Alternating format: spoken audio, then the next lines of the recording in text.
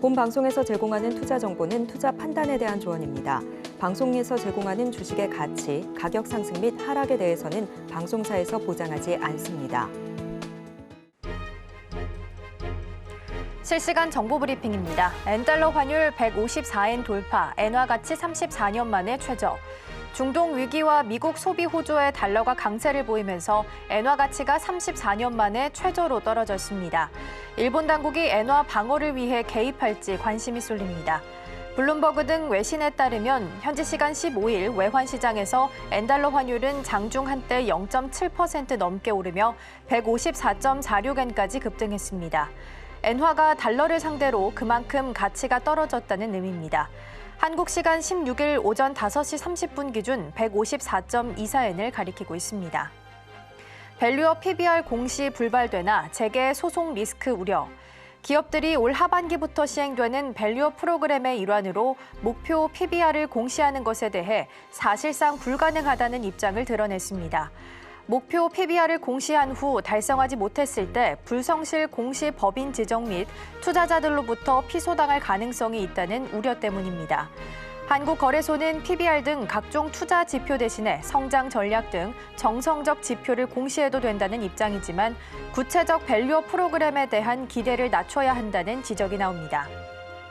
숨고르는 답답 증시, 증권과 목표 주가 최다 상향 종목은 코스피 시장이 부진한 모습을 보이면서 증권사들이 목표 주가를 올린 종목에 관심이 쏠리고 있습니다. 투자 심리가 몰린 반도체주를 비롯해 실적 반등이 예상되는 게임주, 화장품주 등이 주인공입니다.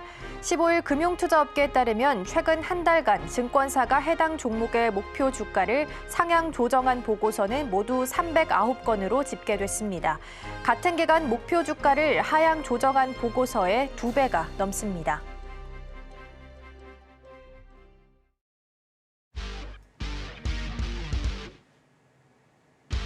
시청자 여러분 안녕하세요. 증시8 오늘의 승부주 시작합니다. 진행의 이가은입니다.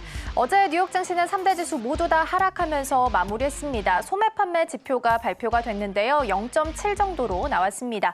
예상치가 0.3이었기 때문에 2배 가까이 웃도는 수준으로 나오게 됐고요. 이에 국채금리가 급등을 했습니다. 10년물은 4.6% 정도 그리고 2년물은 4.9%까지 터치하면서 지수에는 하방 압력을 가하는 모습이었습니다.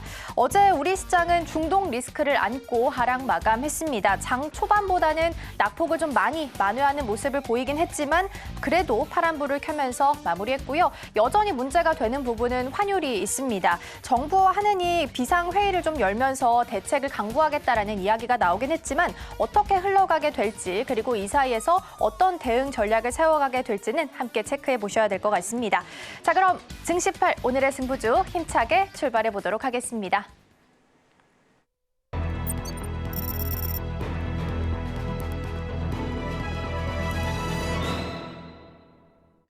네, 안녕하십니까. 제 박정우 PD입니다. 자, 우리 시청자분들 어제 저도 시장에 개장하고 머리가 후끈후끈 하더라고요. 많이 밀려서 시작했죠. 근데 이제 어쩔 수 없는 저도 개인 투자하다 보니 멘탈이 흔들리더라고요. 그래서 그동안 이제 시장이 올라가니까 투자 좀 해야지 하고 현금을 좀 모으다가 이제 또 시장이 떨어지겠구나 하고 이제 좀 포기하려는 찰나에 역시나 반도체주에서 수급이 또 몰리면서 시장을 좀 많이 반등하면서 끝났죠. 그래서 우리 시청자분들한테 말씀드리고 싶은 거는 요즘 트렌드가 시장이 이제 악재를 좀 빨리 미리미리 좀 선방향을 해서 막상 그 뉴스가 터졌을 때는 시장이 좀 빠르게 조금 회복을 한다.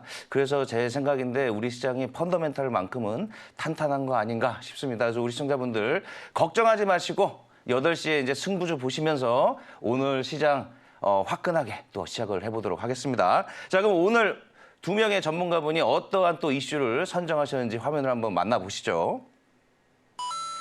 네, 역시나 우리 유창현 대표님은 1분기 실적주를 선정하라. 이번 주에 좀 우리나라 실적도 있지만 미국의 좀 굵직한 회사들의 실적 발표도 있고 다음 주에 또 빅테크 기업들의 또 실적이 몰려 있습니다. 자, 그리고 또 김성교 전문가님은 역시나 또 우리 삼성전자가 일을 냈죠. 미국이 이례적으로 특급 대우를 했습니다. 그래서 이거에 대해서 빠르게 한번 만나볼 텐데요. 일단은 유창현 대표님한테 먼저 질문을 던져보겠습니다. 어쨌든 어제 우리 시장 굳건하게 지켜냈던 거는 역시나 반도체였거든요. 실적이 뒷받침 되겠다라는 그런 거 아닐까요, 대표님?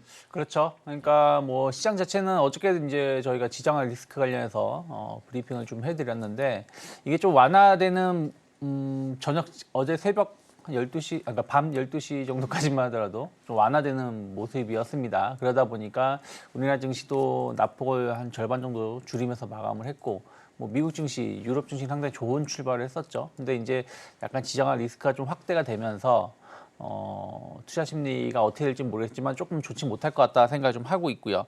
특히 이제 이 지정한 리스크 때문에 증시, 글로벌 증시가 지금 겁을 먹고 있는 게 아니라 이게 유가라든지 금 가격 상승, 원자재 가격 상승을 하면서 물가를 자극하기 때문이죠.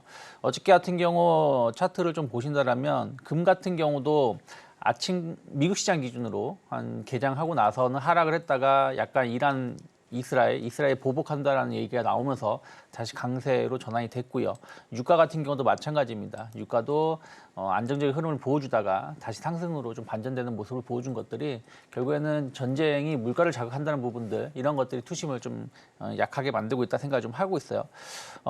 그러다 보니까 이제 안전자산 선호 현상 어저께도 달러가 강세를 띄었고 미 국채 금리도 4.6%를 돌파를 시켰죠. 특히 환율 같은 경우가 어저께 1,380원을 돌파하면서 1,384원에서 마감을 했는데 여객 시장에서 본다라면 지금 환율이 화면에 보시는 것처럼 1,388원까지 올라갔습니다. 그러면 오늘 우리나라 환율이 1,390원을 한 번 정도 터치할 가능성도 높다 판단하고 있고 그러면 이제 일본 같은 경우도 이제 엔화가 155엔을 돌파하게 된다라면 일본 정부가 개입할 수 있다는 어떤 기대가 좀 있는데 우리나라도 1,400원 언저리에 온다라면 일단 정부가 가만히 있지는 않을 거라는 거죠. 그래서 그런 부분들이 어떻게 좀 투심을 좀 완화시켜줄지 혹은 어떻게 될지 봐야 되는데 일단 환율적인 흐름들은 외국인 수급 때문이 그래요. 어저께 같은 경우 본다라면 외국인들이 되게 오래간만인 것 같아요. 제가 기억이 맞다면 거의 한 달 정도 만인 것 같은데 외국인들이 현 선물 동시 매도 그러니까 뭐 4월 5일에도 선물 매도가 있었고 뭐 유가증권 매도가 있었습니다만은 뭐 4월 15일 어저께 같은 경우는 선물 그러니까 이게 종가상으로는 선물이 4,700계약 매도지만 장중에 아침에는 12,000계약이 매도가 물량이 나올 정도였거든요. 그리고 거래소 코스닥도 매도가 나왔는데 어저께 보면은 삼성전자도 한 900억 정도 매도가 나왔고 700억 정도 매도가 나왔고요. 그리고 하이닉스 같은 경우도 한 500억 정도 매도가 나왔다. 그동안 시장을 좀 매도하더라도 반도체는 매도하지 않았는데 어저께 같은 경우는 삼성전자 하이닉스마저 매도를 했다는 부분들이 결국에는 조금은 시장에 대해서 좀 부담스럽게 보고 있는 것이 아닌가 생각을 좀 하고 있습니다. 그래서 기술적 흐름이 무조건 맞다라고 말씀드릴 수는 없지만 우리가 종합주가지수 코스닥을 보실 때 원화로 환산한 차트가 있고요. 달러로 환산한 차트가 있는데 만약에 지금 원화로 환산한 차트는 어저께 61선을 지지하면서 코스피가 반등한 것처럼 보이고요. 코스닥 같은 경우는 121선을 일단 지지한 것처럼 보이지만 반대로 이걸 달러로 환산하게 된다면 이미 코스닥은 지난주에 121선을 이탈하는 모습을 보여줬고 또 코스피 같은 경우도 어저께 같은 경우 121선을 이탈을 하면서 낙폭을 줄였지만 120에서 회복하지 못했거든요. 그러면 오늘 일단은 시가는 좀 안 좋게 출발할 가능성이 높다는 걸 본다라면 일단은 기술적인 흐름들에서는 좀 추가적인 조정 가능성을 좀 대비해야 되지 않을까 생각을 좀 하고 있습니다. 그래서 저는 이제 그러면 뭐 시장이 빠진다고 해서 무작정 손을 놓을 것인가? 전 그렇게 생각하고 있지 않습니다. 왜냐하면 지금 증시는 어찌되었든 뭐 우리가 만족스럽든 만족스럽지 않든 어쨌든 글로벌 증시가 작년 10월달 저점을 찍고 강한 상승을 이어온 거 아니겠습니까? 미국 증시는 거의 손에 꼽을 정도로 한 5개월 연속 상승을 보여주기도 했었고요. 우리나라 증시는 1월달에 이제 잠깐의 조정이 나오긴 했습니다만은 뭐 3월달, 2월달 상당히 강한 상승을 보여주면서 코스피 같은 경우도 2,700을 어쨌든 돌파를 하기도 했었고 코스닥도 약간 900포인트 언저리까지 올라오기도 했었다는 것이죠. 그래서 지금 시장 자체는 최근에 많이 올라온 부분들에 따른 약간의 이제 차익선 매물이 나올 수 있는 구간에서 뭐 이란이라든지 또 미 금리 인하 그 동결, 장기화라든지 이런 것들이 이제 겹치면서 증시가 단기 조정 국면에 들어갔다라고 보고 있어요. 그래서 저는 시장이 무차별적인 하락이 아니라 오히려 지금 조정이 나왔을 때 뭐 급하게 주식을 살 필요는 없겠지만 조정이 나왔을 때 우리가 좋은 종목을 계속 추적을 하고 매수 관점으로 봐야 된다 생각하고 있고요. 그러한 것 중에 하나가 결국은 실적이라는 것이죠. 기업이 아무리 좋게 나온다, 실적이 좋게 나오면 시장이 아무리 안 좋더라도 주가는 선방하는 부분들이 보여주고 시장이 아무리 좋아도 실적이 안 좋으면 주가는 하락할 수밖에 없는 거거든요. 그래서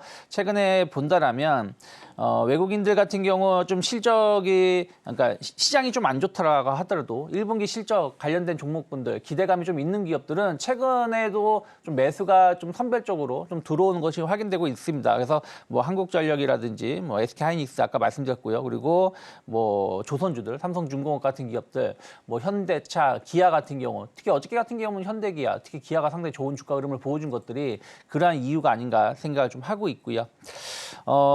그리고 이제 또 수출주, 우리나라는 어찌됐든 수출을 주로 할 수밖에 없는 국가인 거 아니겠습니까? 그러다 보니까 또 이제 원자재를 대부분 수입을 하는 부분들이 또 환율적인 흐름들의 연관성이 높은데 어쨌든 이제 달러가 그러니까 원화가 약세를 띈다는 얘기는 수출주들한테는 또 호재가 될 수 있는 부분들이 좀 일부 있다 생각을 좀 하고 있어요. 그래서 뭐 원화 약세가 오히려 수출주에 대해서 실적을 조금 더 개선시킬 수 있는 요소가 될 수 있지 않는가 생각을 좀 하고 있습니다. 그래서 그런 부분들에 대한 어떤 기대감들도 충분히 외국인들이 최근에 보면은 뭐 자동차, 조선, 뭐 아까 말씀드린 것처럼 이런 쪽에 좀 매수를 하는 것도 아무래도 추가적인 실적 개선에 대한 어떤 기대감들이 반영되는 것이 아닌가 생각을 좀 하고 있습니다. 그래서 실적 관련된 종목군들을 좀 보시면 좋은데 그럼 어느 쪽을 봐야 되냐? 결국엔 반도체라 생각을 좀 하고 있어요. 뭐 삼성전자, 마이크론도 좋은 실적을 보여줬고 삼성전자도 잠정 예비 실적에서 예상했던 거 이상의 실적을 보여준 거 아니겠습니까? 특히 이제 반도체 쪽으로 한 1조 5천억 이상의 영업이익을 예상을 좀 하고 있는데 이제 좀 있으면 이제 하이닉스도 이제 4월 말쯤에 실적 발표를 하게 됩니다. 뭐 하이닉스 역시 마찬가지로 한 1조 한 2, 3천억 정도의 영업이익을 좀 예상을 하고 있기 때문에 그러면 마이크론, 삼성전자, 하이닉스 결국에는 반도체 빅3 기업이 실적이 좋다라는 부분들은 아무래도 그 하단에서 장비를 공급하거나 부품을 공급하는 기업들도 실적이 개선될 수 있다는 것이죠. 특히 최근에 보면은 AI 반도체 쪽만 그러니까 HBM 관련돼서만 이슈가 있는 게 아니라 그동안 이제 범용 제품이라 할 수 있겠죠. 낸드라든지 뭐 디램이라 이런 부분들도 가격이 조금 이제 재고가 줄어들면서 상승세를 좀 보여주고 있기 때문에 그런 부분들도 투자 심리에는 상당히 좋은 역할을 해줄 수 있다 생각을 좀 하고 있기 때문에 반도체 관련해서는 전 중대형주 위주로 해서의 어떤 조정식 분할 매수 관점 유지할 수 있다 생각을 좀 하고 있고요. 그리고 이제 뭐 완성차 업체, 특히 이제 현대기아, 차량 판매가 조금 둔화됐다라고 전망은 있습니다. 뭐 특히 이제 수출입 동향을 통해서 수출이 조금 줄어든 걸로 나오긴 있지만 전체적인 영업이익률은 오히려 더 좋아지면서 영업이익 자체는 나쁘지 않을 것 같다는 평가가 나오고 있습니다. 거기다가 이제 환율 효과까지 감안한다라면 뭐 현대차, 기아 충분히 항상 뭐 한 1년 넘게 나오는 게 실적 피크죠. 근데 이런 부분들이 우려감이 오히려 좀 기대감으로 좀 반영될 수 있지 않나 생각을 좀 하고 있고요. 거기다가 이제 뭐 조선주라든지 혹은 뭐 전력주들, 특히 1분기 실적에 대한 어떤 기대감도 감안한다라면 저는 최근에도 본다라면 시장은 어찌되었든 코스닥은 거의 고점 대비해서 한 2주 만에 7% 정도 조정을 받았고 코스피 같은 경우도 한 3% 이상의 조정을 받았지만 제가 방금 말씀드린 섹터들 반도체 모든 반도체가 아니겠지만 반도체라든지 완성차 업체라든지 뭐 전력 뭐 인프라, 뭐 조선주들은 오히려 시장 대비 주가가 선방하고 있는 부분들이 있기 때문에 저는 뭐 항상 좀 관심 있게 지켜볼 수 있는 구간이 아닌가 판단하고 있습니다. 네, 제가 이제 좀 대표님 개인적인 좀 질문 드리면 이번 주 목요일에 TSMC 실적이 발표되잖아요. 네. 근데 이제 우리 투자자분들 입장에서는 TSMC가 이제 대만 지진 영향으로 혹시나 실적이 만약에 안 좋게 나온다면 우리가 받아들일 때 이걸 좋게 받아들여야 되나요? 아니면 이거의 문제라고 받아들여야 되나요? 좋게 받아들여야 되죠. 그러니까 TSMC 실적이 안 좋게 나올 리는 없죠. 왜냐하면 대만 그렇죠. 지진은 이제 4월 달에 발생을 한 것이고 실적은 이미 1분기 실적이기 때문에 그래서 오히려 이제 가이던스 전망에서 이제 발언을 하겠죠. 이번 대만 지진으로 인해서 공장이 재가동되는데 혹은 이것이 이제 그 전에 생산량으로 복귀가 되는데 뭐 얼마가 소요될 것이고 이로 인해서 매출이라든지 영업이익 감소가 어느 정도 타격이 있을 수 있다라고 전망을 어떤 그런 것을 이제 가이던스 이제 전망 예시 발표할 텐데 뭐 그런 것들이 이제 정말 짧게 끝난다라면 상관이 없겠습니다만은 우리가 예상했었던 것보다 좀 길게 일어난다. 예를 들어서 뭐 특히 반도체 업체들 같은 경우는 예전에 이제 일본 업체도 우리가 과거 사례를 본다라면 순간적으로 정전이 발생을 했을 때 그걸 다시 복구하는데 짧게는 3개월, 길게는 6개월 정도 걸렸었다는 것이죠. 물론 이제 지진하고 정전하고 다를 수 있겠습니다만 어찌되었든 이런 부분들이 좀 우리가 예상했었던 것보다 좀 오래 걸린다라고 한다면 반대로 삼성전자, 하이닉스 쪽으로 해서 어떤 반사이익을 충분히 누릴 수 있다는 것이죠. 그래서 그런 것을 좀 감안한다면 저는 TSMC의 실적이 좋게 나와도 긍정적. 그리고 반대로 가이던스가 조금 부정적으로 나온다고 하더라도 그것은 오히려 삼성전자라는 이런 기업들한테 좀 기회를 받을 수 있는 역할을 해줄 수 있기 때문에 저는 나쁘진 않을 것 같다 판단하고 있습니다. 네, 또 시즌이니만큼 실적주들 좀 체크를 해봐야 될 것 같습니다. 전문가님, 그러면 특별히 지금 시즌이니만큼 실적주를 좀 지켜봐야 될 것 같은데 그 중에서 전문가님께서 좀 유독 눈여겨보는 종목이 있다면 어떤 섹터가 좀 있을까요? 역시나 반도체 쪽일까요? 저는 일단은 반도체로 지금 보고 있고요. 특히 중요한 거는 저기에 일단 코스피부터 먼저 지표부터 보고 얘기할게요. 제가 이렇게 띄워놨는데 현재 자리를 보면은 2,600에서 2,800 사이에서 현재 움직이는 걸 보실 수가 있습니다. 최근 들어 가지고서 2월부터 해가지고 이렇게 강하게 올라갔다 내려간 모습 보여주고 있었는데 중요한 건 뭐냐면 이 자리에서 지금 받쳐줬거든요, 어제. 그렇기 때문에 이 자리를 이렇게 해가지고 받쳐줄 수 있었던 가장 큰 힘이 뭐냐면은 바로 이제 삼성전자에 대한 그 외국인들의 강력한 매수세 그리고 SK 하이닉스에서도 역시 계속 그 외국인들이 들어왔다 나갔다 하면서 같이 이제 그렇게 물량을 좀 조절하는 부분은 있지만 여전히 매수를 하고 있는 부분이 있다라는 게 되게 중요하다고 보고 있습니다. 그래서 오늘 그 말씀드리고자 하는 건 첫 번째는 일단 미국의 텍사스에서 오늘 새벽에 이제 어느 정도 공식 발표는 났지만은 그 64억 달러 정도의 보조금을 주기로 했다라는 이 이야기가 나온 게 지금 굉장히 중요하다고 보고 있고요. 특히 이게 왜 중요하냐면은 기존에 TSMC가 지금 타이완 공장의 3배 정도 규모 되는 그 공장을 아리조나에 짓기로 했어요. 그랬는데 이걸 가지고서도 지금 부족하다라고 판단이 된 거죠. 그러니까 삼성전자한테 다시 와서 이걸 도와달라라고 얘기를 했다라고 보시면 되겠고요. 요거에 관련해 가지고서 이제 그 미국의 전체 그 반도체 그 관련돼 있는 기관인 세미라는 데가 있는데 세미에서는 현재 2024년에 신규 운영되는 그 파운드리가 앞으로 반도체 공장이 운영이 더욱더 높아지고 신설되는 파운드리도 많아질 것이기 때문에 앞으로 여기에 대해서 더욱더 공급량은 증가될 것이다. 이런 이야기를 지금 하고 있습니다. 특히 재미있는 건 뭐냐면 글로벌 반도체 생산 능력에 대한 이야기를 하고 있는데 이 반도체 생산 능력이 2024년도 즉 오래됐을 때 대략 한 6.4% 정도가 증가할 것이라고 예측을 하고 있고 그다음에 작년 같은 경우 이제 5.5% 성장하고 처음으로 해가지고 이제 웨이퍼라 그러죠. WPM 그러죠. 웨이퍼 per 밀리언 해가지고서는 이제 요거를 대략 한 그 100만 장, 웨이퍼 100만 장 정도의 규모로 해가지고서는 생산 능력을 보통 보는 기준이 있는데 지금 이게 3천만 웨이퍼를 이제 넘어설 걸로 예상한다고 이렇게 발표가 돼 있어요.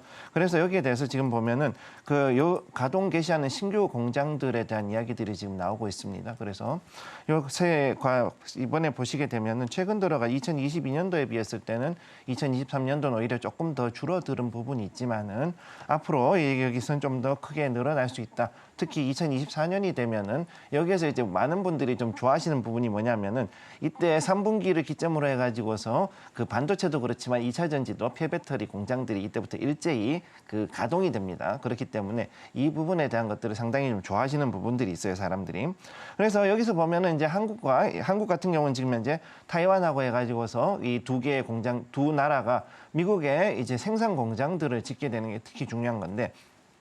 이 보조금 관련된 것을 가지고 얘기했을 때 지금 제가 봤을 때 미국 정부가 타이완하고 그다음 우리나라 정부에다가 싸움을 좀 붙였다라고 보고 있습니다. 그래서 삼성전자하고 TSMC가 서로 더 많은 용량의 반도체를 증설하게끔 자꾸 유도를 하고 있다라는 그런 거를 지금 저는 보고 있거든요.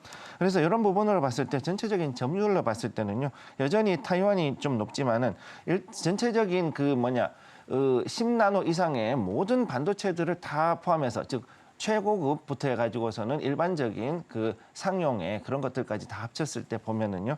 일단 중국이 그래도 현재로선 파운드리가 제일 많이 있습니다. 그러고 난 다음에 어떻게 됐냐면은 그 다음에 이제 타이완, 대만이고 그 다음에 한국으로 넘어가고 그 다음에 일본 이런 식으로 해가지고 지금 넘어가고 있는데 여기에서 이제 일본을 조금 더 일본대로 키워주려는 전략 그리고 미국이 가지고 있는 전략은 이것이기 때문에 그럼 우리는 여기에서 대해서 어떤 식으로 대응을 해야 되느냐가 굉장히 중요한 이슈라고 보셔야 되는 거죠. 그래서 여기서 보면은 가장 중요한 게 TSMC는 현재 아리조나에다 공장을 지으려 하고 있고 그다음에 우리나라의 삼성전자는 텍사스의 테일러시에다가 지금 짓고 있거든요. 근데 계획은 그렇게 돼 있는데 문제는 뭐냐면 이 두 동네 특징이 물이 부족합니다. 용수가 굉장히 부족한 동네예요, 둘 다.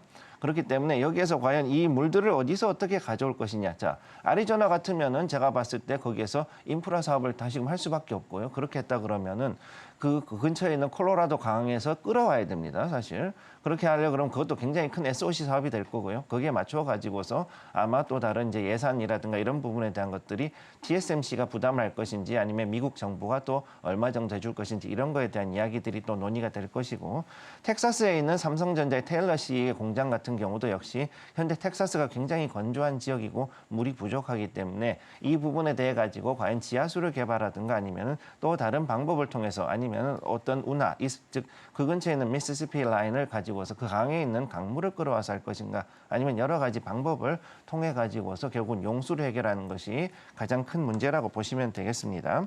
자, 그렇기 때문에 현재 이렇게까지 해가지고서 미국이 이렇게 가는 가장 큰 이유가 뭐냐를 봤을 때는 일단 첫째로는 자기들이 봤을 때 이제 AI 반도체와 그다음에 그동안에 거기에 관련되어 있는 여러 가지 패권들을 가져오고 싶다. 즉 인텔이 일단 메모리 부분에서 원래 원조였었고 그래가지고 10나노 기술까지 개발하고 난 다음에는 개발을 안 했었거든요. 90년대 이후에.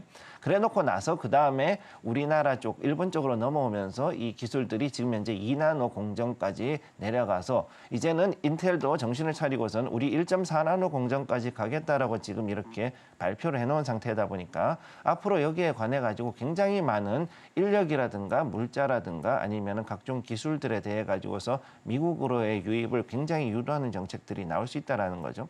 이에 따라서 우리는 이제 반도체 소부장주들조차도 이제는 미국에 타겟이 돼 있다는 것을 기억을 해두시고 이들 중에서 특히 지금 우리 코스닥에 있는 종목들 중에 상당수가 여기에 포함이 돼 있기 때문에 앞으로 이것을 어떻게 해결할 것인가 요거를 좀 지켜볼 필요가 있겠다 이렇게 말씀을 드릴 수가 있습니다. 단 여기서 이제 우리가 지금 변수가 있는 것이 최근 들어서 나왔던 이 바로 타이완 지진인데 즉 어느 정도 지진이 났을 때 가장 큰 문제가 뭐냐면은요 이게 정밀 공정 그리고 5나노 이하의 공정을 하는 기계들의 경우 약간의 진동만 있더라도 이거는 불량률이 엄청나게 높아지고 그다음에 도저히 생산을 할 수가 없는 상황으로 넘어가는 거죠. 그러니까 이제 타이완의 입장에서는 말은 지금 잘 돌아간다라고 얘기하지만 사실상 5나노 이하의 즉 지금 그 미국이 원하는 AI 반도체를 만들 수 있는 그 공정에 있는 그 장비들을 쓸 수가 없다는 게 지금 제일 큰 문제라는 겁니다. 그러니까 이걸 어떤 식으로 해결할 것이냐. 결국은 삼성전자에도 어느 정도 물량이 넘어올 수밖에 없고 엔비디아. 그래서 지금 현재 미국 증시에서 반도체 지수가 빠지면서 필라델피아 반도체가 빠지면서 나스닥이라든가 S&P 500이 지금 빠지고 있는 가장 큰 원인이 공급이 원활하지 못하기 때문에 분명히 이로 인해서 실적이 좋지 못할 것이다. 즉 지금까지 AI 반도체를 끌어왔던 종목들이 이제는 이 그야말로 천재지변으로 인해 가지고서는 이 실적을 달성하지 못하는 경우가 생겼다라는 거죠. 그러니까 이 부분을 어떻게 할 것인가를 좀 더 주목을 할 필요가 있겠다. 이렇게 말씀을 드리겠습니다. 네, 말씀하시는 거 듣다가 이제 다들 이제 뉴스를 봤을 때 보조금을 받았으니까 좋은 거다라고만 생각했는데 받은 만큼 또 더 써야 된다. 이것도 좀 우리가 조심해야 된다 이런 말씀이죠? 네, 그렇죠. 네. 네. 지금 현재 가장 큰 문제는 뭐냐면 아까 말씀드렸던 것처럼 용수 문제가 제일 크거든요. 그럼 물을 끌어다 오기 위해서 그래도 TSMC는 그 옆에 콜로라도 강에서 끌어올 것이고 우리는 지금 그 텍사스에서 과연 더 증설을 했을 때 과연 얼마나 더 많은 물을 가져올 수 있을 것인가 이게 지금 제일 큰 이슈가 될 거다 이렇게 보고 있습니다. 네, 어쨌든 우리나라가 이제 특급 대우를 받았으니까 좀 기분 좋게 받아들여야 되지만 이제 좀 뜬금없는 질문 하나 하겠습니다. 네. 이제 이 분위기 속에서 어저께 이제 저희 우리나라에서 반도체 장비 회사가 하나 특급 매물로 나왔죠. 네. 아시죠? HPSP. 네. 네. 근데 저는 이제 좀 이상하다고 생각했던 게 이제 개인 투자 관점도 봐야 되지 않겠습니까? 네, 지금 예스티하고 소송 중인 상황이잖아요. 그렇죠. 네. 근데 이 소송도 안 끝난 상황에서 이것도 너무 제가 세상을 삐뚤하게 보는 건 아니지만 그래도 이제 투자자 입장에서 봤을 때 소송이 끝나지도 않았는데 이게 매물로 나왔다. 근데 그 회사 자체도 엉터리 회사도 아니고 이거 어떻게 해석해야 되나요? 좋게 봐야 되는 건가요? 굉장히 좋은 질문 하신 건데요. 이게 뭐든지 돌다리도 두들겨 보고 가야 되는 거거든요. 사실은 이게 되게 중요한 이슈인데 그 소송 중인 회사인 경우에는 보통 M&A를 할 때 그 변호사들이 끼고 그 다음에 거기에 대해 가지고 주관사가 끼지 않습니까? 그러면은 얘네들이 가가지고서 이제 소송 중인 회사하고 또 다시 협상을 벌입니다. 여기에 대해서. 그럼 협상을 했을 때 이 협상이 잘 되느냐 되지 않느냐 이 부분을 지금 지켜봐야 되는 거죠. 그렇기 때문에 지금 잠깐 말씀하신 대로 한번 HPSP 주가를 한번 볼게요. 주가를. 자, HPSP를 지금 안 그래도 말씀드리려고 그랬는데 이 주가를 보시게 되면은 가다가 이렇게 지금 꺾어졌어요. 그런데 이 자리가 되게 재밌는 자리입니다. 이 자리. 자, 여기에서 지금 어제 그래도 반등을 하면서 상승하면서 좀 마감을 한 자리인데 자, 이렇게 들어왔을 때 그럼 이 자리를 지금 지지를 해주고 있어요. 즉 41,300원대, 1,400원대를 지금 받쳐주고 있는데 그럼 여기서 오늘의 중요한 관전 포인트는 뭐냐면은 여기서 과연 이 M&A 소식 때문에 이 HPSP가 과연 짱대로 양봉을 만들 수 있을 것인가 아닌가 지금 되게 중요한 포인트거든요. 여기 지금 이렇게 해가지고 올라가는데 이게 될 것이다라고 보는 사람들 이제 그거는 이제 기대감 때문에 일단은 잠깐 올라갈 수는 있다고 보는데 방금 이제 그 PD님 말씀하신 대로 이렇게 과연 이 소송 해가지고 했는데 과연 소송 단체에서 이걸 가지고서 이의를 제기하고 만약에 주관사하고 또 다른 소송전이 벌어졌을 때 그러면 이것이 갈 수 있겠느냐는 굉장히 중요한 포인트가 되겠습니다. 네. 따라서 앞으로 HPSP 물론 좋은 종목이고 굉장히 그 상당히 시총도 크고 하지만 아무래도 좀 지켜볼 필요는 있지 않을까 그렇게 보고 있습니다. 네, 한국판 ASML로 불리는 HPSP 대형 매물로 나왔다라는 부분까지 소식 좀 짚어봤고요. 이번에 유창희 대표님한테 추가적으로 질문 좀 드려볼게요. 반도체 다시 주제로 돌아와서 반도체 보조금 이야기해 보면 일단 예상치보다 한 3배 정도 더 많이 받게 된 상황이잖아요. 네. 그럼 이 뉴스 안에서 어떤 의미를 찾아갈 수 있을지가 더 중요해 보이는데 이나노 시장이 좀 본격적으로 개화할 수 있다. 이 부분에 좀 초점을 맞춰서 봐야 될까요? 뭐 그런 부분들도 있다라고 생각을 좀 하고 있고 저는 근데 사실은 보조금을 얼마를 받는다 안 받는다 이것 자체가 시장을 엄청나게 변화를 시킬 가능성은 저는 없다라고 생각을 좀 하고 있어요. 왜 그러냐면 미국의 공장을 짓는 부분들 보조금이 없다고 해서 공장을 안 지을까요?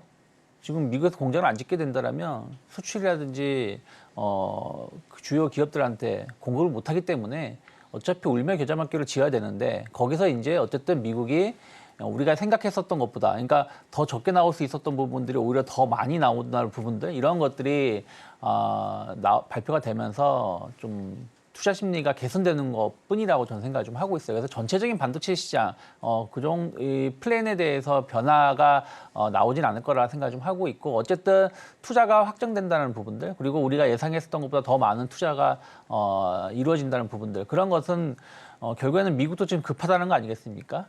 그래서 그런 것을 감안했을 때 어떤 관점에서 지켜보시면 좋다 생각하고 있고 또 뭐 어쨌든 선단 공정 이런 부분들에 대해서의 어떤 추가적인 개발 그리고 최근에 보면은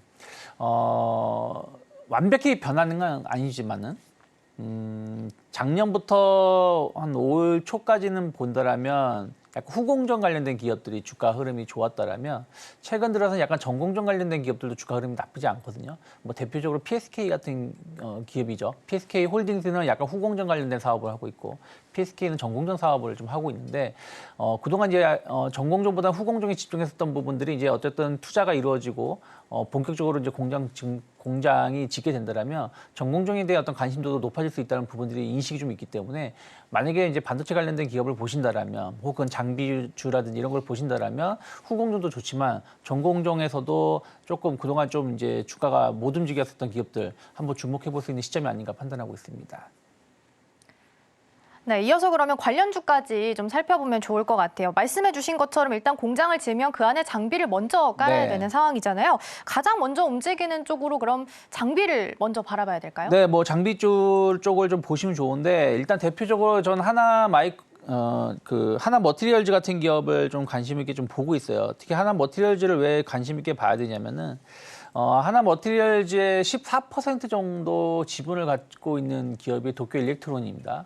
도쿄 일렉트론의 장비가 상당히 경쟁 업체들보다 좋게 평가를 받으면서 시장 점유율을 확 넓혀가고 있어요.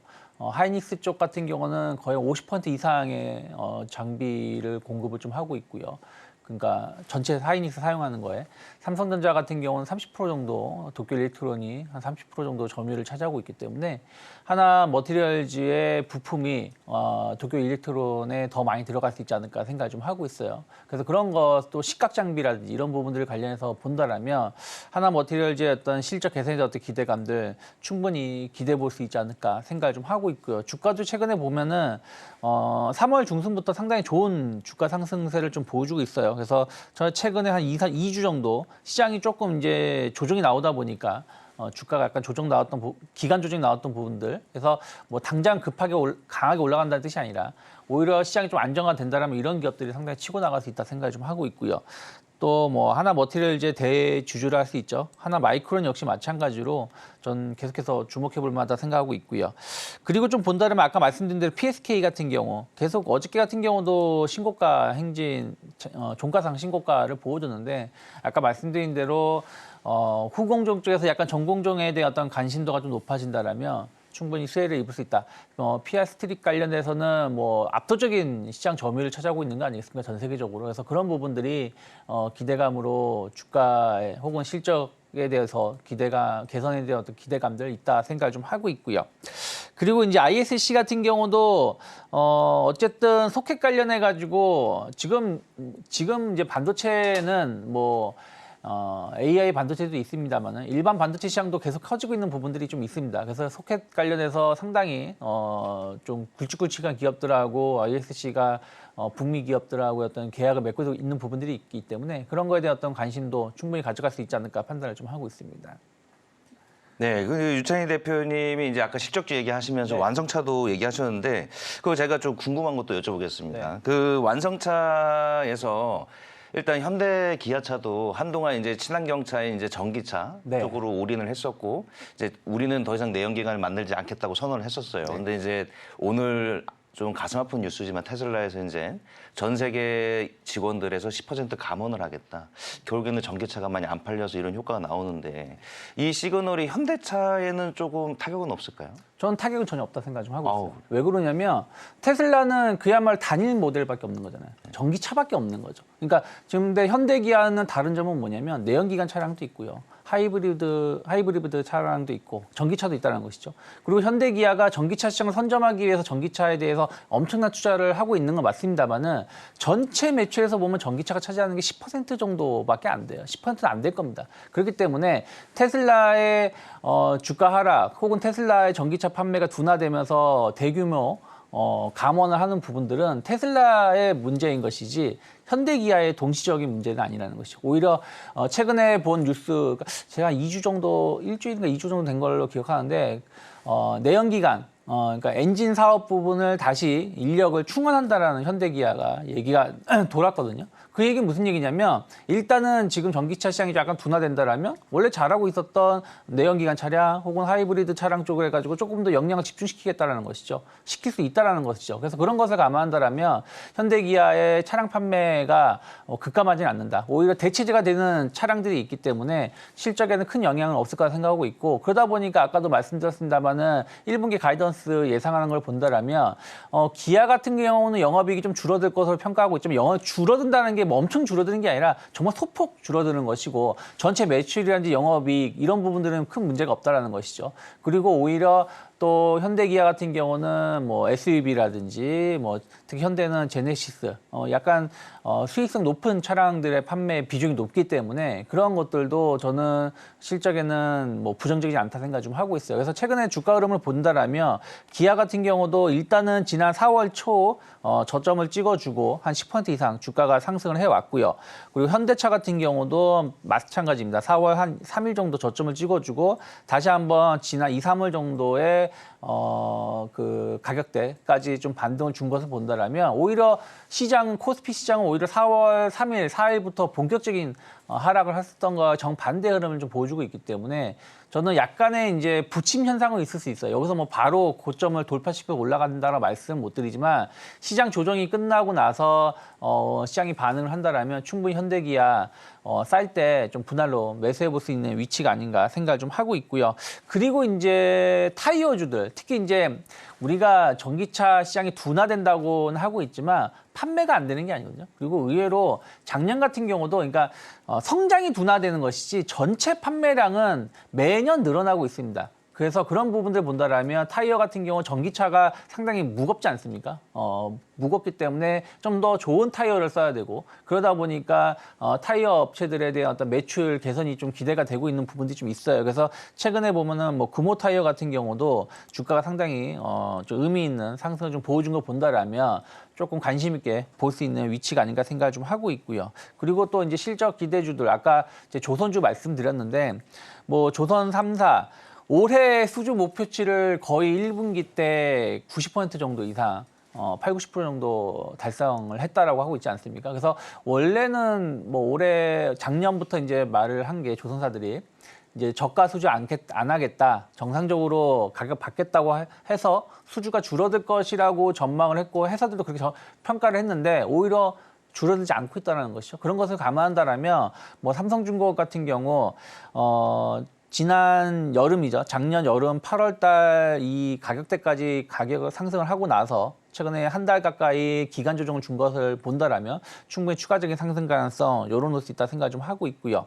그리고 뭐 전력 인프라 관련해 가지고 특히 이제 초고압 케이블 이런 부분들에 대한 관심도가 높아지고 있는 거 본다라면 가온전선, 뭐 재롱전기, 뭐 이런 부분들이 좀 부담이 된다라면 LS 같은 경우는 그 계열사가 관련된 기업을 충분히 하고 있기 때문에 충분히 기업은 재평가받을 수 있지 않을까 판단하고 있습니다. 네, 일단 안심이 됩니다. 어쨌든 지금 제 생각인데 유찬희 대표님이 아주 정확하게 짚어주셨는데 제 생각에 테슬라의 그 감원이 우리나라도 한몫했지 않았나. 왜냐하면 하이브리드 판매량이 늘면서 전기차 생산이 좀 많이 줄었다고 생각이 들고요. 자, 그다음에 이제 우리 김성기 전문가님한테 지금 이제 관련 종목 좀 보시니까 오늘 관심 좀 보니까 원익 IPS가 있더라고요. 네. 근데 이제 제가 요거 이제 또 개인적인 질문인데 원익 IPS가 장비 생산량으로는 거의 탑급이잖아요. 그렇습니다. 근데 이제 또 개인 투자 입장에서 항상 투자해 보면은 아니 생산량 탑급인데 주식은 안 올라요.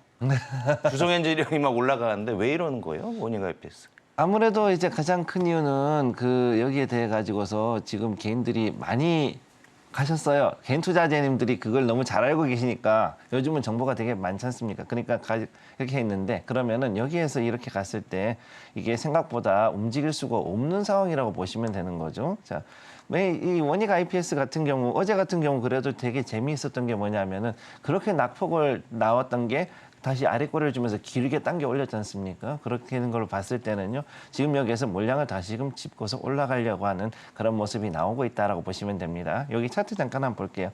여기 보시게 되면은 자, 여기 차트에서 봤을 때 사실상 거의 뭐 이 플랫으로 해가지고서는 횡보했었죠. 요 안에서 횡보하시다가 그러다 최근 들어가지고 3월부터 이제 올라갔죠. 여기에 요 자리. 자, 3월에서부터 이렇게 올라가는 이런 모습을 보였다가 지금 조금 꺾여지는 이런 모습 보였는데 자, 여기에서 지금 보면 오늘의 포인트. 자, 요걸 한번 볼게요.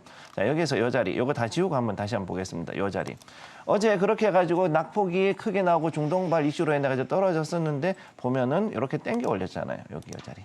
자, 여기를 이렇게 땡겨 올렸단 말이죠. 그럼 이게 무슨 뜻이냐면은 결국은 여기서 누군가는 물량을 흡수를 했다는 얘기가 되는 거겠죠. 자, 여기 어제 같은 경우 요 자리에서 봤을 때 물량을 보면 흡수가 됐어요.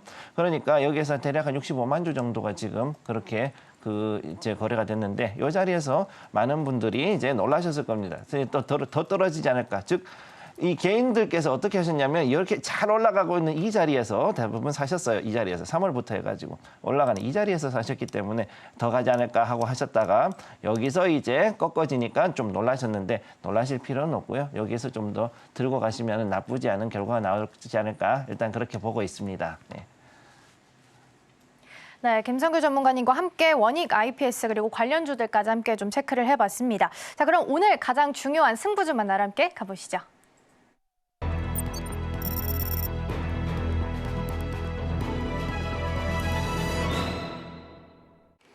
네, 이제 승부주를 공개해 보겠습니다. 전에 일단 AS를 해야 됩니다. 왜? 우리 또 첫 방송 종목들이 성적표가 좋았거든요. 근데 조금 이제 어제 이제 우리 유창희 대표님은 휴니드를 얘기하셨었고, 그다음에 우리 김성규 전문가님은 KSP를 얘기하셨었습니다. 근데 일단 먼저 휴니드 같은 경우에는 요것도 질문 드릴 건데 일단 현재 수익률은 1.9%.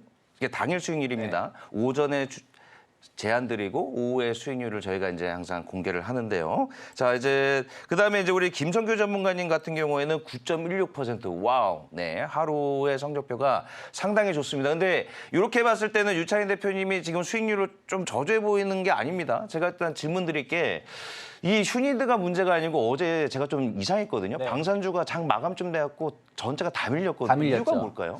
뭐 아까 이제 말씀드린 것처럼 어저께 사실은 이제 이스라엘이 바로 그러니까 우리가 방송 시간 할 때까지만 해도 네타냐후 총리가 바로 우리 반격을 할 거라는 뉴스가 속보로 뜰 정도였는데 바이든 대통령이 반격하지 말아라. 우리가 방어는 도와주겠지만 이스라엘이 이란을 공격하는 것에 대해서는 우리는 좌시하지 않겠다라는 발언을 좀 했죠. 그러다 보니까 네타냐후 총리가 제 기억에 맞으면 10시인가요? 그때 10시인가 그때 전후로 해가지고 일단 보류, 그러니까 뉴스로는 철회였는데 일단은 보류를 하겠다고 했죠. 그러다 보니까 이거 소위 이른바 약속대로는 아니야? 라는 어떤 기대감들이 나오면서 그때부터 우리나라 증시도 낙폭 좀 줄여 나갔고 글로벌 나스닥 선물도 플러스 반전되면서 오히려 이제 방산주들이 그때 이후로 조금 차익선 매물이 나오면서 조정이 나왔는데 오늘 이제 어쨌든 새벽에 다시 이스라엘이 이란을 좀 공습한 거 아니겠습니까? 그래서 그런 것을 감안한다라면 그것 때문에 좀 또 미국 증시가 좀 조정을 받았기 때문에 오히려 방산주들이 오늘 같은 경우 어저께 못 올라갔었던 부분들이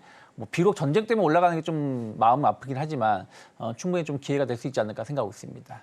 네, 일단 어제 하루의 수익률이기 때문에요. 우리 시청자분들이 만약에 매수하신 분들이 있다면 너무 걱정하실 필요 없고 어제 제 기억으로는 어제 이스라엘이 이란의 그 미사일을 방어하면서 이제 미사일 탄도미사일에 대한 이제 방어 체계 그리고 이제 휴니드 같은 경우는 째밍이라고 하죠. 이제 레이더를 이제 무력화시켜 갖고 이제 이스라엘이 이란을 공격할 때 이제 레이더를 무력화시키는 기술 이런 기술들이 있는 종목이고 또 기억에 남는 거는 저평가 기업이다.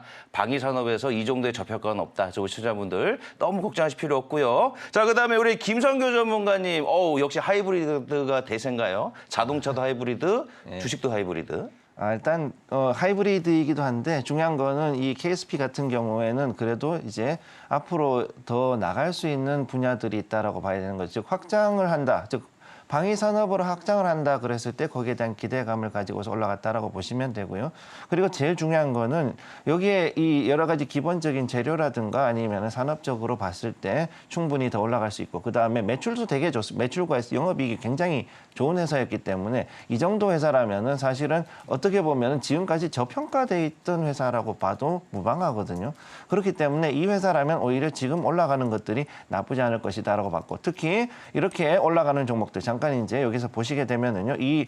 이게 지금 현재 보면은 추세를 만들고 올라가잖아요. 그러니까 추세를 만들고 올라가는 종목들의 가장 큰 특징은 뭐냐면은 아무리 어려운 일이 있다 그래도 즉 이런 여러 가지 돌발 악재들이 발생하더라도 떨어지는 율이 작고 그다음에 오히려 그거를 뚫고 올라갈 수 있는 힘이 있다라는 걸 여기 지금 보여준 겁니다. 그래서 여기서 이제 처음에 그래서 장 초반 9%까지 갔다가 막판에 다시 올라가서 6% 이상 올라갈 수 있었던 것이 바로 이 추세가 거짓말을 하지 않기 때문이다라는 걸 이렇게 말씀드릴 수가 있겠고요. 따라서 앞으로 봤을 때 KSP가 단순하게 이제는 이제 여기에서 또 연결될 수 있는 게 뭐냐면 이 회사가 특히나 그 선박 엔진 관련 종목이기 때문에 선박 말고도 이제 앞으로도 무인 수상정이라든가 각종 방산 쪽으로 더 뻗어나갈 수 있는 요소가 있다라고 봤을 때는 충분히 성장 가능성이 있는 그런 회사라고 보시면 되겠습니다. 네, 아무튼 축하드리고요. 우리 김성규 전문가님의 또 오늘의 행보도 기대되고 우리 유창희 대표님 행보도 또 기대됩니다. 매일매일 아침에 시초가에 우리 시청자분들한테 소개시켜드리고 장 마감할 때 이제 공개를 해드릴 건데 일단은 이번 주까지는 아침 방송에서 AS 개념을 하고 다음 주부터는 이제 장 마감 방송에서도 저희가 이 현황을 보여드리도록 하겠습니다. 자, 그럼 오늘의 종목 궁금하시죠? 화면으로 일단 보시겠습니다. 네, 유창희 대표님은 일단 개인 투자자분들이 최근에 이 친환경 자동차 부품주로 아주 사랑을 하고 있는 코리아 FT 가져오셨고요. 우리 김성규 전문가님은 또 테스, 원익 IPS랑 좀 비슷한 느낌의 또 테스를 갖고 오셨네요. 자, 그러면 일단 우리 유창희 대표님한테 코리아 FT 한번 여쭤보겠습니다. 코리아 FT는 하이브리드 차량의 부품이라고 할 수 있는 캐니스터를 공급을 좀 하고 있죠. 하이브리드 차량의 수요는 아무래도 전기차로 바로 넘어가기 부담스러워하다 보니까 소비자들이 또 그렇다고 해서 연비를 또 포기할 수 없는 부분들이고 그래서 하이브리드 차량의 수요가 계속해서 급증하고 있습니다. 그래서 현대기아 같은 경우도 일반 내연기관 차량보다 하이브리드 차량 버전은 뭐 대기 기간이 뭐 한 2배 이상 길 정도로 상당히 인기가 좀 많은데 제 차트 두 개를 좀 비교해 드린다면 테슬라의 차트가 화면에서 이제 왼쪽에 있고요. 오른쪽에 뒤에 보이는 게 이제 코리아 FT 차트인데 정반대의 모습이죠. 그러니까 테슬라는 판매량이 둔화가 되면서 1월부터 260달러 하던 주가가 지금 160달러까지 계속 하락을 했다라면 반대로 코리아 FT는 1월 달에 저점을 찍어주고 계속 우상향을 보여주고 있다는 것이죠. 그렇기 때문에 어저께도 이제 테슬라가 5% 정도 하락 마감하지 않았습니까? 그러면 이제 그만큼 전기차 시장이 아직은 조금 좀 시간이 필요하다라는 인식이 좀 강한 것이고 그런 것들이 아까 말씀드린 대로 내연기관이라든지 하이브리드 차량 쪽에 대해서 관심이 좀 높아질 수 있는 구간이 아닌가 생각을 좀 하고 있고요. 특히 이제 판매량이 늘어나고 있다는 부분들 또 안정적인 최근에 보면 현대기아 같은 경우가 작년에 영업이익률이 한 10% 정도를 돌파를 해주면서 부품사들한테도 조금 안정적으로 그 제값을 부품을 좀 조달해서 받아주고 있거든요. 그래서 그런 것들이 영업이익률이 상당히 개선될 수 있다. 그래서 1분기 실적에 대한 어떤 기대감들 충분히 반영될 수 있다 생각을 좀 하고 있어요. 그래서 그런 것들을 감안한다라면 충분히 주가는 지금 그렇게 비싸진 않다. 많이 올라간 것 같지만 여전히 더 올라갈 룸은 있다 생각하고 있고요. 수급적인 측면에서도 외국인들 뭐 기간 뭐 꾸준한 매수에 유입되고 있습니다. 뭐 최근에 또 본다라면 외국인들 뭐 어제 지난주 금요일 좀 공격적인 매수가 유입되고 있는 부분들이 좀 있기 때문에 저는 만약에 고점이 돌파가 이루어진다라면 일단 단기적으로는 8,000원 정도 목표가 열어놓을 수 있다 생각 좀 하고 있고요. 뭐 5,900원이 크게 이탈하지 않는다라면 5,900원이라는 자리가 지난번 최근 4월달 저점이 혹은 시작점이 6,000원, 5,900원이거든요. 그래서 이 자리만 이탈하지 않는다라면 좀 분할 매수하면서 뭐 5월달 를 충분히 혹은 4월 말 5월 달을 기대해 볼 수 있는 기업이 아닌가 판단하고 있습니다.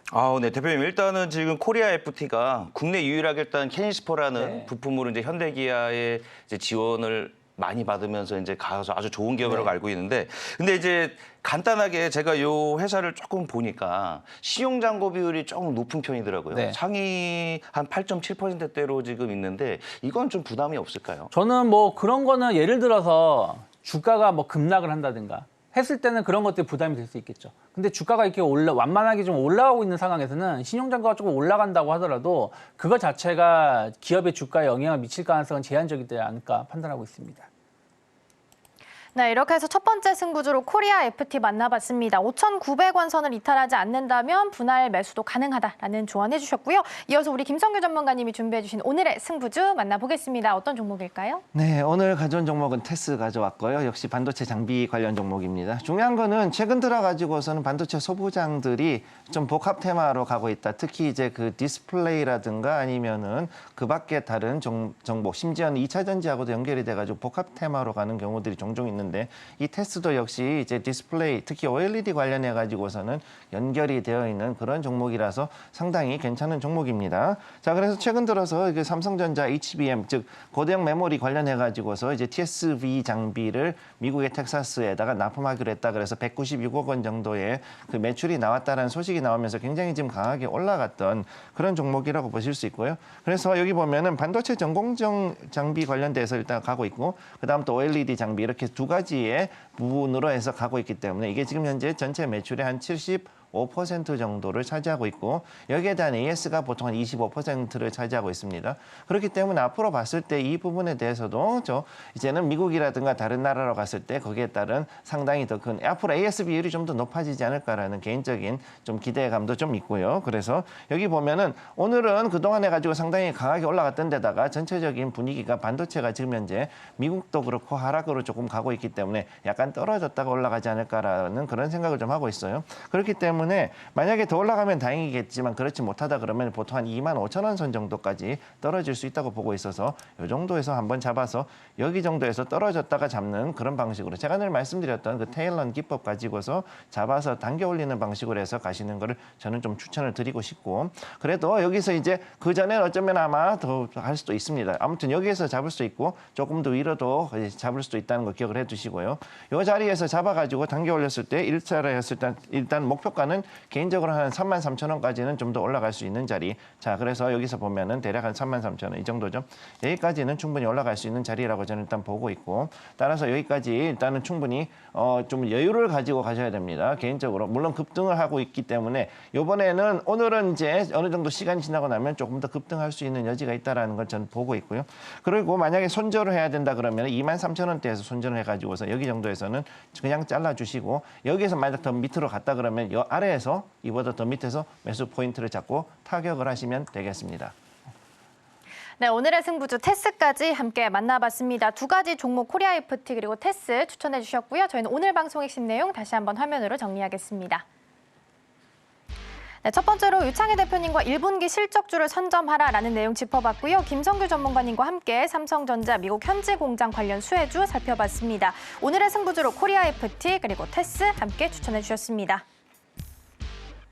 네, 저희가 방송 중에 제공해드린 정보는요. 투자 판단을 위한 조언일 뿐 해당 종목의 가치와 수익률은 보장하지 않습니다. 저희는 잠시 후 증시 구로 돌아오겠습니다. 시청해주신 여러분 고맙습니다.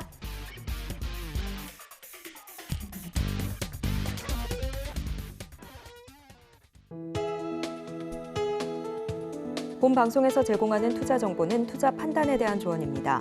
방송에서 제공하는 주식의 가치, 가격 상승 및 하락에 대해서는 방송사에서 보장하지 않습니다.